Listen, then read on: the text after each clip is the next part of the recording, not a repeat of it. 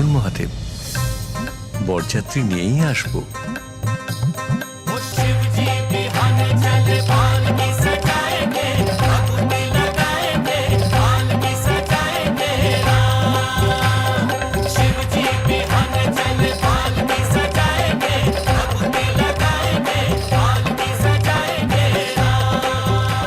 দাঁড়াও পুত্র, তুমি কোথায় যাচ্ছ?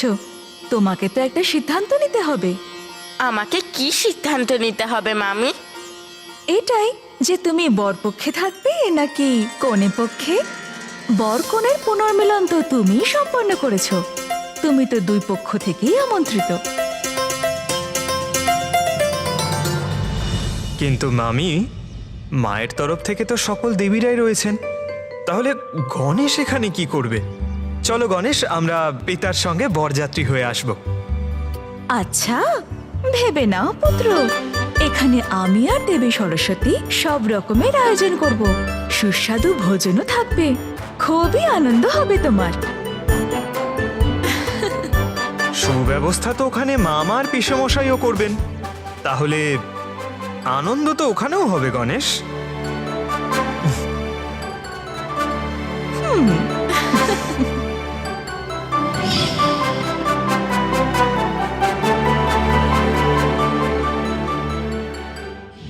আমি এখানে মায়ের সঙ্গে থাকলে নানা রকমের সুস্বাদু খাবারের পদ তো নিশ্চয় খেতে পারবো।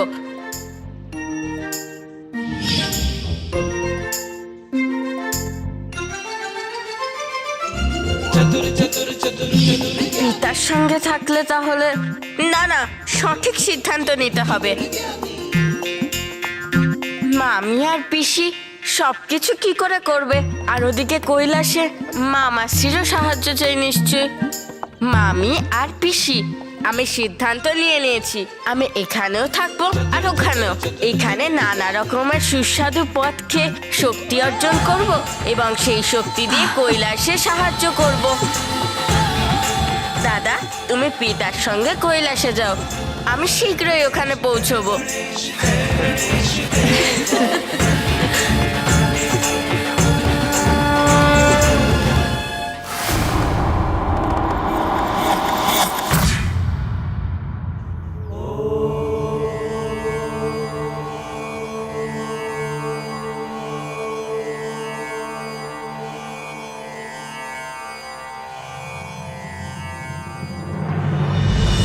আমি মহাদেবকে তো বলে দিলাম যে বরপক্ষ নিয়ে আসুন, কিন্তু বিবাহের আয়োজন কোথায় আর কিভাবে হবে? এখানে, এই স্থানেই উনি আমাকে নিতে এসেছিলেন।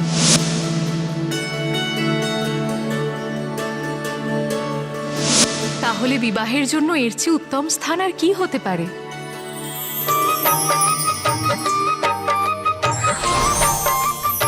প্রণাম মাতাগণ। প্রণাম দেবী পার্বতী। আমরা সমস্ত দেবীরা কন্যাপক্ষ হয়ে আপনার সাথে আছি। এবার আমাদের এই সব ব্যবস্থা করতে হবে। মামি, পিসি, তার উপায় আমি পেয়ে গিয়েছি। মা, আমায় ক্ষমা করো, তোমার অনুমতি ছাড়াই দেবশিল্পী বিশ্বকর্মাকে আমন্ত্রণ করেছি।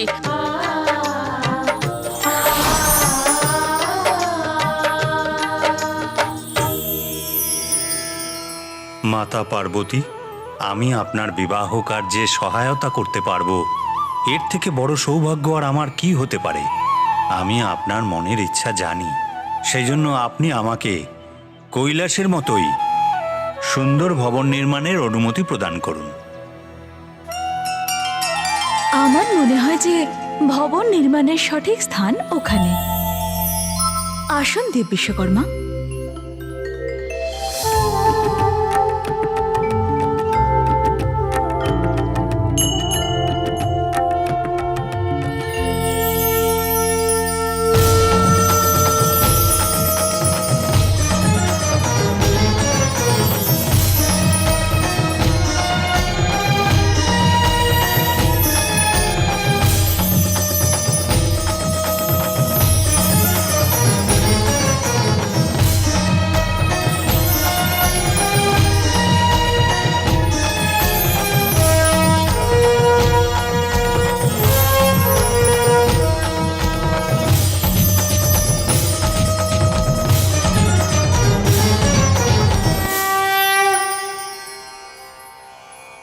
নারী ছাড়া সংসার সম্পূর্ণ হয় না, অসম্পূর্ণ থেকে যায় সব।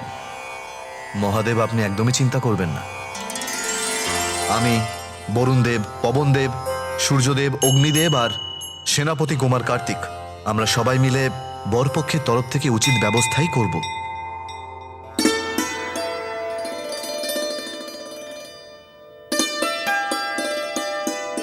অবশ্যই ইন্দ্রদেব, আপনি আমাদের নির্দেশ দিন, কোথা থেকে শুরু করব আমরা?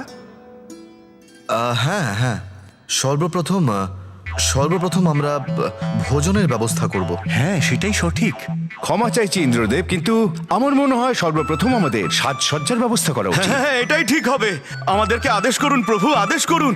না না সূর্যদেব, এই সব কাজ তো হতেই থাকবে, কিন্তু ভোজনের ব্যবস্থা করতে তো বেশি সময় লাগে। সেই জন্য আমাদের এই ব্যবস্থাটাই আগে করা উচিত। কিন্তু আমরা তো বর পক্ষ, তাই না?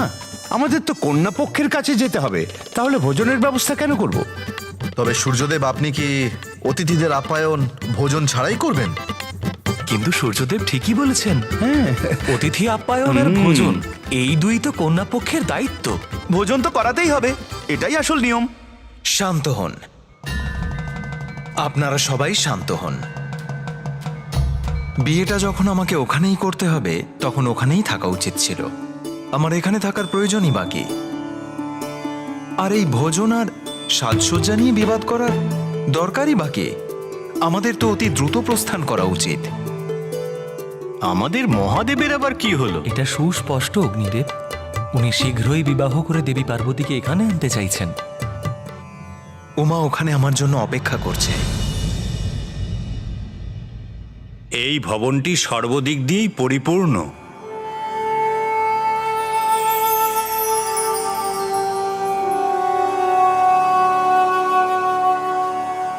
না, এতে এখনো কিছু অবশিষ্ট আছে।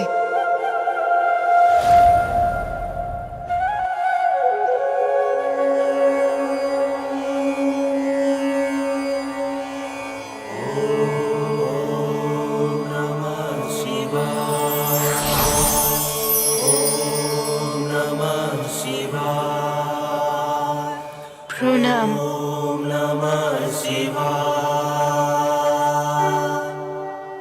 এবার ওনাকে স্থাপন করে এই ভবন নিজের পরিপূর্ণতা লাভ করবে।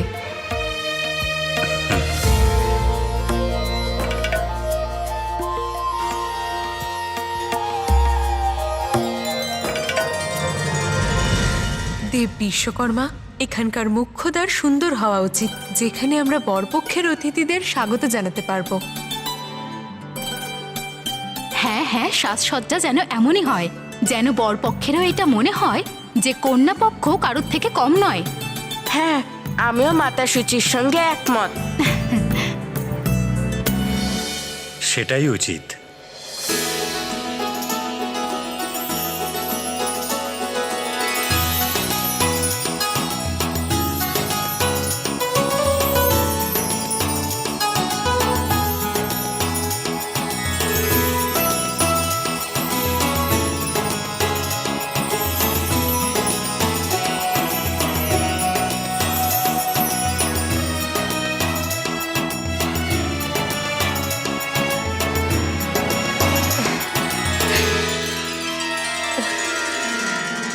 দেবী পার্বতী, এখন আমাদের অপেক্ষা করতে হবে।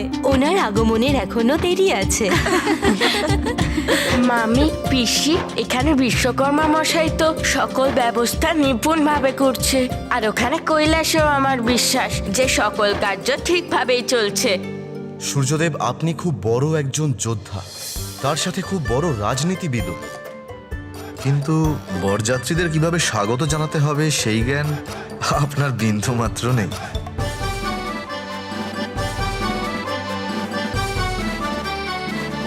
কিন্তু মহাদেব, আপনি কোথায় চললেন?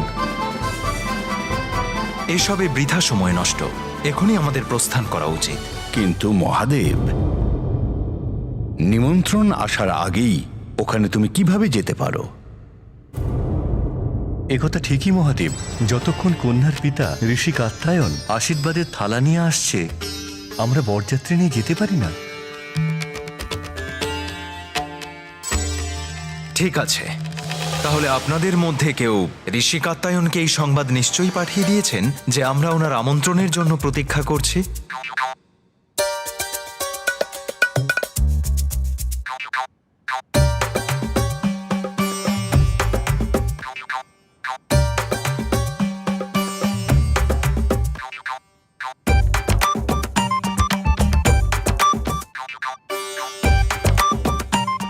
কি এখনো পর্যন্ত কেউ ওনাকে সংবাদ দেননি?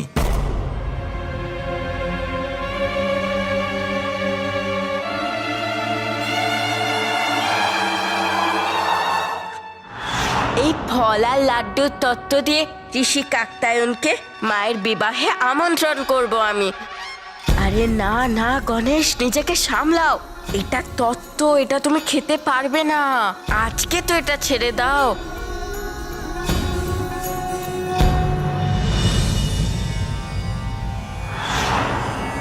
ক্ষমা করবেন ঋষিবর, আমি আর থাকতে পারিনি তাই আমি খেয়ে নিলাম। আমার এখানে আসার কারণ হলো আপনার কন্যার বিবাহের জন্য আপনাকে তত্ত্ব নিয়ে কৈলাসে যেতে হবে। আমার কন্যা তো নিজের প্রতিজ্ঞা পূর্ণ করেছে। গণেশ দেব, জগৎ জননী আজ আমাকে কন্যাদানের সৌভাগ্য প্রদান করে সংসারের সব থেকে ভাগ্যশালী পিতার অধিকার দিয়েছে।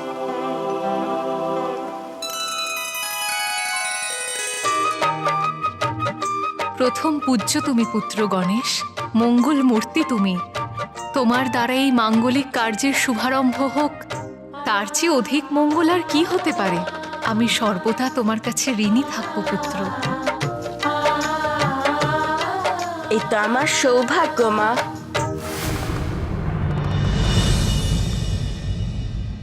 ব্রহ্মদেব, আপনি ঋষি কাত্যায়নকে জানিয়ে দিন, আর আপনার বাহনকে নিয়ে নয়, আমার বাহন নন্দীর ওপর উপবিষ্ট হয়ে যান। ও আপনাকে অতি দ্রুত ওখানে পৌঁছে দেবে। আপনার বাহন কিন্তু অনেকটাই সময় নেবে। যেমন আপনার ইচ্ছা মহাদেব।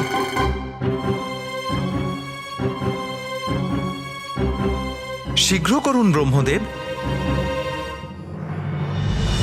মহাদেব, আমাকে নন্দীর পৃষ্ঠে আরোহণ তো করতে দিন। পিসে মশাই, তোমার কোথাও যাওয়ার কোনো দরকার নেই।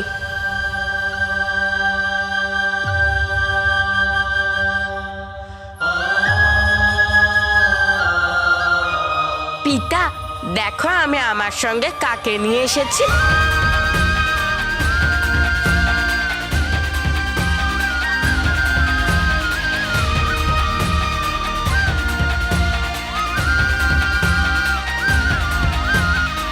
পিতা, পিসে মশাই, মামাশ্রী, এই মহা উৎসবে তো আমাদের সঠিক পথপ্রদর্শকেরও দরকার। সেই জন্যে আমি সপ্তঋষিদেরকেও আমন্ত্রণ করেছি।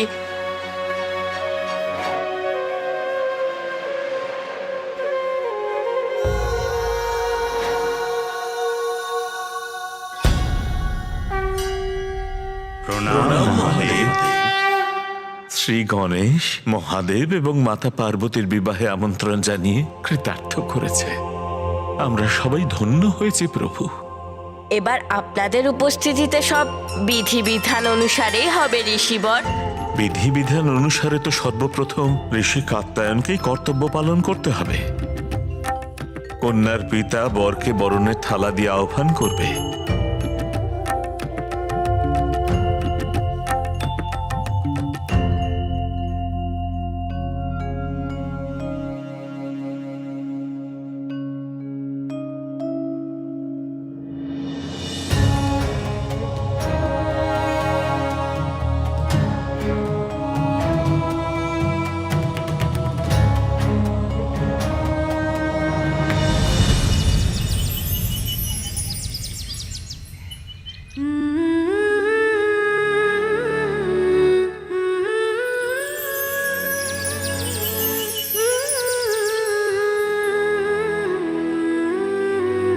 দেবী পার্বতী, একবার আয়নায় নিজের মুখটা দেখুন।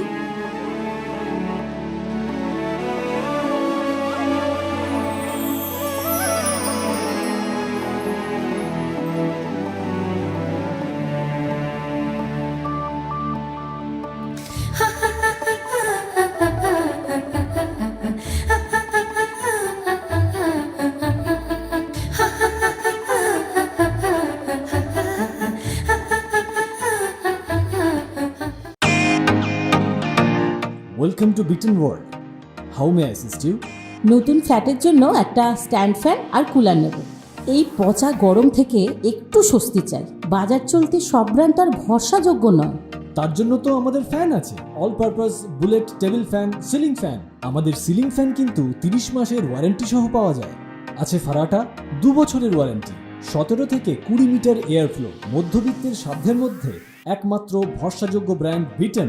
আমাদের কুলারের কিন্তু অনেক range, 45 litres, 50 litres, 70 litres, 90 litres, 110 litres. Honeycomb সহযোগে বিটেনের সব কুলারের ওয়ারেন্টি 1 বছর। চেনা হাওয়ায় অচেনা অনুভূতির জন্য একমাত্র আদর্শ বিটেন। গরমে স্বস্তি পেতে বিটেনের ফ্যান হোক বা কুলার, আজই আনুন বাড়িতে। Beaten, digitally yours.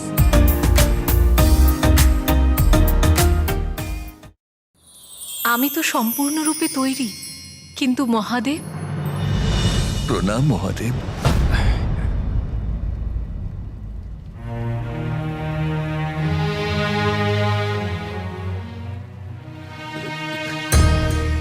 মহাদেব, আপনি আমার জামাতা হবেন? আমি তো ধন্য হলাম।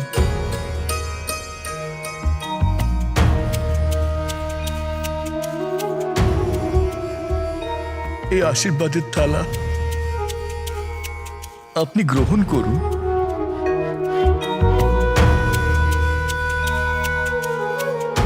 আমি তো খুব সাধারণ ঋষি প্রভু। এই যা কিছু দেখছেন সবই আমার কন্যার।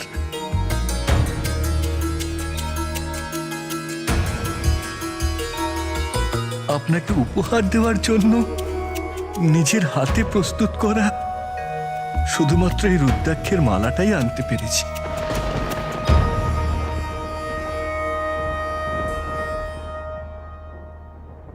তাড়াতাড়ি করো, ফুলগুলো দাও।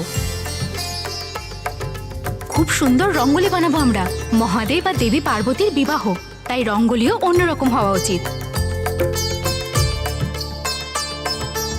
রান্নাঘরে সমস্ত কাজ হয়ে গেছে, ভোজনের প্রস্তুতি নিন। খুব শীঘ্রই আমাদের সবকিছু প্রস্তুত করতে হবে। আমাদের ব্যবস্থাতে কোনো খামতি না থাকে যেন। খুব তাড়াতাড়ি আপনারা সমস্ত কাজ সেরে ফেলুন। হ্যাঁ, তুমি যাও এবার। আরে রঙ্গোলিতে আরো উজ্জ্বল রঙের প্রয়োগ করুন, যা হলো মঙ্গলের প্রতীক আর যার উজ্জ্বলতা বরপক্ষকে আনন্দিত করবে। আরে না না, এই তোরণ আরো নিচে হবে, তবেই তো সবার দৃষ্টি ওটার উপর পড়বে। আরো প্রদীপ চাই আমাদের। সমগ্র ভবন প্রদীপের আলোয় আলোকিত করে তুলতে হবে আমাদের। আপনারা শীঘ্র করুন, এখনো অনেক কাজ বাকি। আর বরপক্ষকে ফুলের মালা দিয়ে স্বাগত জানানোর কথা। মালা প্রস্তুত, এক্ষুনি নিয়ে আসছি আমরা। শীঘ্র করুন। চলো। মামি,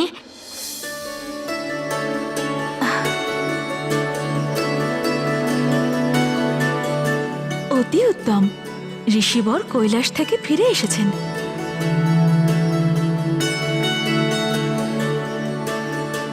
প্রণাম মামি। প্রণাম দেবী লক্ষ্মী। প্রণাম ঋষিবর, আপনাকে স্বাগত।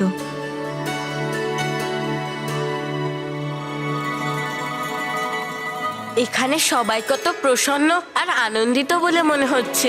মামি, এখানে তো সবাই উৎসাহের সঙ্গে কেবল বিবাহেরই প্রস্তুতি নিচ্ছে। কিন্তু পুত্র, সব কিছুতে অনেক সময় লেগে যাচ্ছে। ভোজনের আয়োজন দেবী সরস্বতী আর বিবাহ মণ্ডপ নির্মাণ দেব শিল্পী বিশ্বকর্মা করছেন, সেজন্য আমি একটু নিশ্চিন্ত। কিন্তু এই বাকি কার্য কি করে সম্পন্ন হবে? আপনি আমাকে অনুমতি দিন দেবী লক্ষ্মী। আমি কন্যার পিতা, আমিও তো আপনাকে সাহায্য করতে পারি। কিন্তু আমার কন্যাকে দেখতে পাচ্ছি না। দেবী পার্বতী ওনার কক্ষে আছেন আর অধিক আগ্রহ নিয়ে আপনারই অপেক্ষা করছেন। দেবী সচি, এতক্ষণে নিশ্চয়ই পিতা স্বামীকে আশীর্বাদের তত্ত্ব দিয়ে দিয়েছেন। পুত্রী,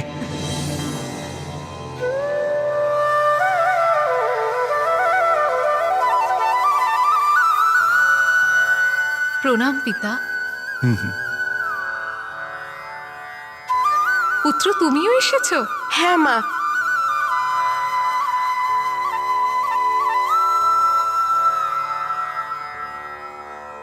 কি হয়েছে? আপনারা একে অপরকে এভাবে দেখছেন কেন? কোনো সমস্যা হয়েছে নাকি? পুত্রী,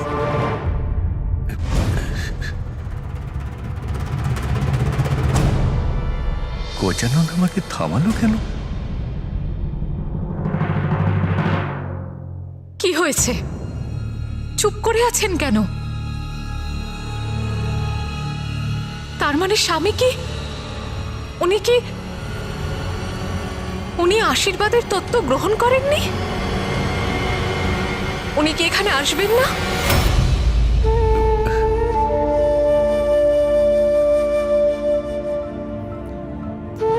এবার আমি কি বলবো মা, তুমি তো পিতাকে ভালো করেই জানো।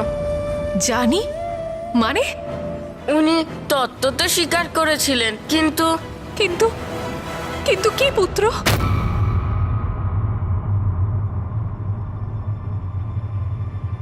এবার পিতার জেদের কোথায় সমাধান হয় বলো?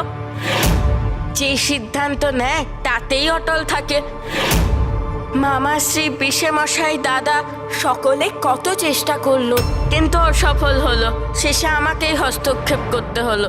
পুত্র, তুমি আর হেয়ালি করো না, স্পষ্ট করে বলো কি হয়েছে। মা, আসলে হয়েছে কি যে আমার এটা তোমাকে বলতে গিয়ে খুব অসুবিধা হচ্ছে, কিন্তু কিন্তু কি পুত্র?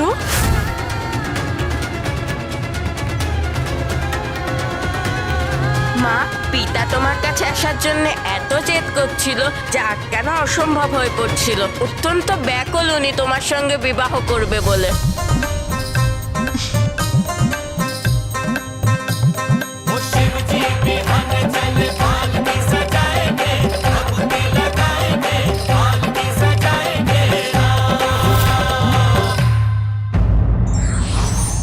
মাঙ্গলিক কাজ সবসময় নিয়ম বিধি মেনে করা উচিত, তাহলেই তার পরিণাম শুভ হয়।